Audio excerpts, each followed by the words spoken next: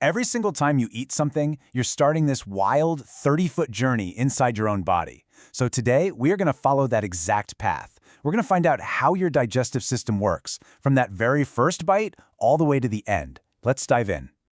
I mean, really think about it. What happened to that snack you had an hour ago? The moment you swallowed, it kicked off this incredibly complex and honestly fascinating process. So where does it all go?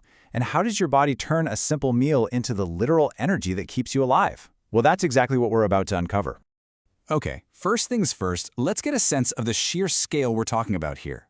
The path your food travels, the gastrointestinal tract, is an unbelievable 8 to 10 meters long. That's nearly 30 feet. It's all coiled up right inside you.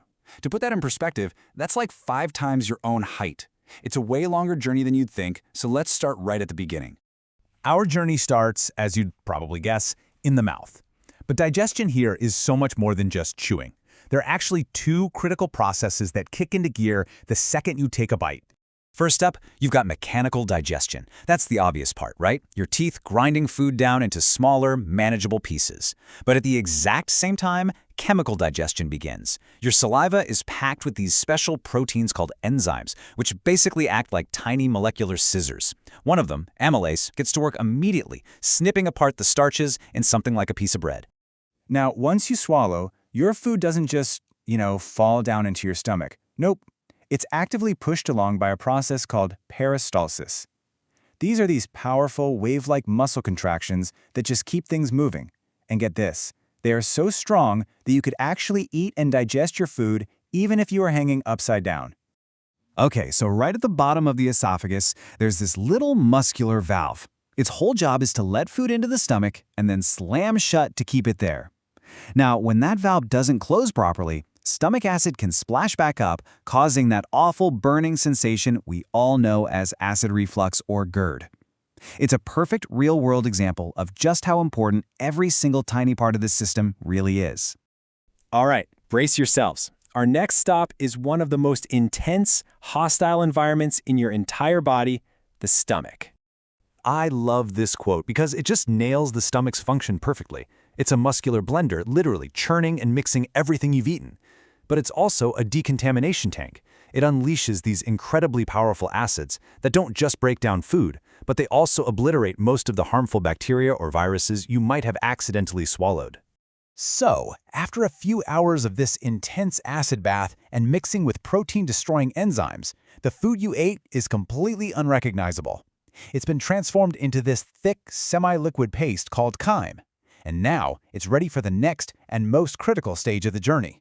From the stomach, that chyme moves into what is, without a doubt, the most important part of the entire digestive tract, the small intestine. This is where the real magic happens. This is where your body actually gets the nutrients. So here's the secret to why the small intestine is so good at its job. Its inner walls aren't smooth, not at all. They're covered in millions of these tiny finger-like projections called villi.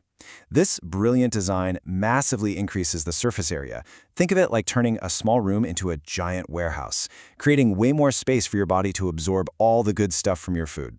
And what is it absorbing? Well, pretty much everything you need to survive. This is where your body pulls out water, vitamins, minerals, and the basic building blocks of carbs, fats, and proteins, sending them straight into your bloodstream to be used as fuel all over your body. But here's the thing. The small intestine doesn't work alone. It gets absolutely essential help from a few accessory organs. Food never actually passes through them, but without the stuff they create, digestion would completely grind to a halt. So let's do a quick roll call for this helper crew.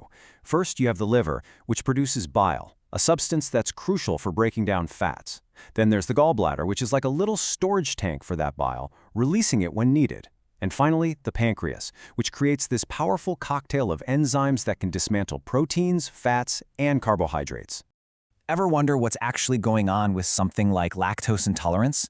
Well, it's a perfect example of what happens when one of these helpers isn't doing its job. It's when the body just doesn't produce enough of one specific enzyme, called lactase, which is needed to break down milk sugar. It just shows that when even one tiny part of this system is off, you really feel it.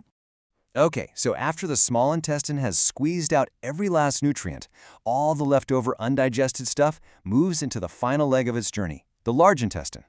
Now this timeline shows something that I think is pretty shocking. Food spends a couple of hours in the stomach and a few more in the small intestine. But look at this, it can spend up to 40 hours. That's more than a day and a half in the large intestine. It spends way more time here than anywhere else. So what on earth is it doing for all that time? Its main job is conservation. It's all about water reclamation. It absorbs most of the remaining water from the waste material, slowly turning it from a liquid into a solid. This is how your body recycles precious water and gets the final waste products ready for removal. And there we have it. We've traveled the entire 30-foot tract. So let's just take a quick step back and recap this incredible journey, from a simple bite of food to actual usable energy. It really just comes down to 4 major steps. First, breakdown, happening in the mouth and stomach. Second, liquefaction, where the stomach creates that chyme. Third, absorption, which is the main event in the small intestine. And finally, water reclamation in the large intestine before everything else is removed. And you know, the most amazing part of all this? This entire unbelievably complex chemical and mechanical process happens automatically every single day, without you ever having to give it a single thought. It really makes you wonder, what other incredible systems are working silently inside you to keep you going right this very second?